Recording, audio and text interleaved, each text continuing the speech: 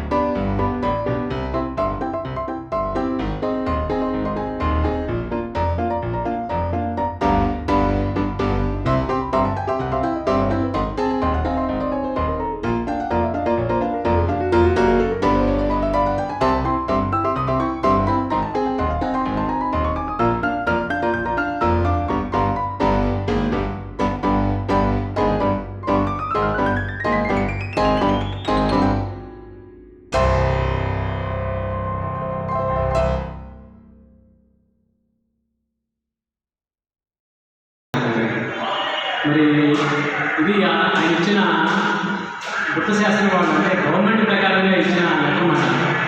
మరి దీన్ని కూడా ఖాతం చేయాలి. ఇప్పుడు మీరు ఇచ్చిన ఈ రిపోర్ట్ని నేను మళ్ళీ ఫైల్ చేసుకుని అక్కడ శ్రీలంక గవర్నమెంట్కి చూపిస్తాను.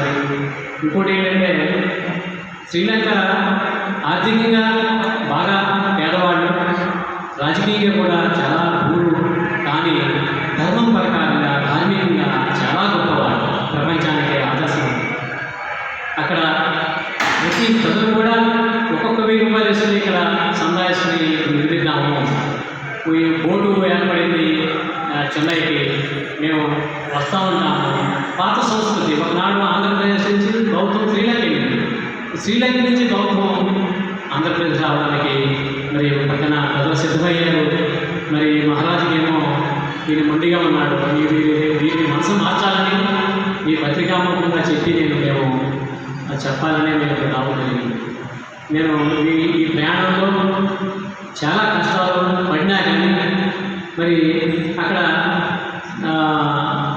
వైజాగ్లో ఒక ఆయన ఉన్నాడు, ఒక స్వామిది, ఆయన కాలు ఏం పట్టుకుంటాడు, నేను వెళ్ళి ఆయన కాలు పట్టుకున్నాను.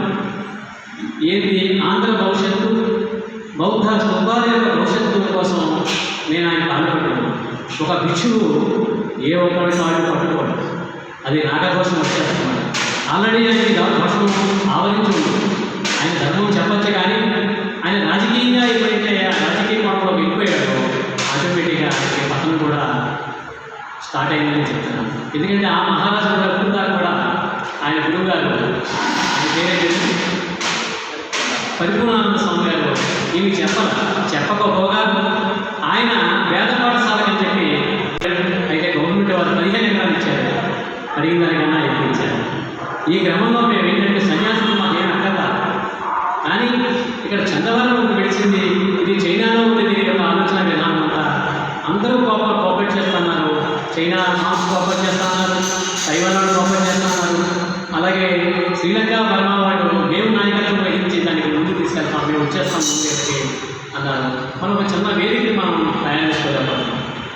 ఈ క్రమంలో మీ ద్వారా ఆ ముఖ్యమంత్రి గారి యొక్క మనసు మారాలని, అలా మారకపోతే 2024 ఆస్తుల్ని పరిరక్షించాలని నిర్ధారించిన తర్వాత దానికి సంబంధించిన ప్రాధాన్యత క్రమంలో ఈ సాంస్కృతిక వారసత్వాన్ని భారత ప్రజానీకం ద్వారా, భారత ప్రభుత్వం ద్వారా ప్రపంచ దేశాల్లో చాటాలని మా మహాసభ డిమాండ్ చేస్తూ, బౌద్ధ ఆరామ క్షేత్రాలంటే బౌద్ధ సాంస్కృతిక వారసత్వ కాపాడుకోవటం అంటే భారతీయ తాత్విక చింతనని, భారతీయ సంస్కృతి పురాణాలను పరిరక్షణ చేయటమని విన్నవిస్తూ, ఇప్పుడు మా స్వామివారు బోధిహీన్ గారు వారు శ్రీలంక నుంచి వచ్చున్నారు.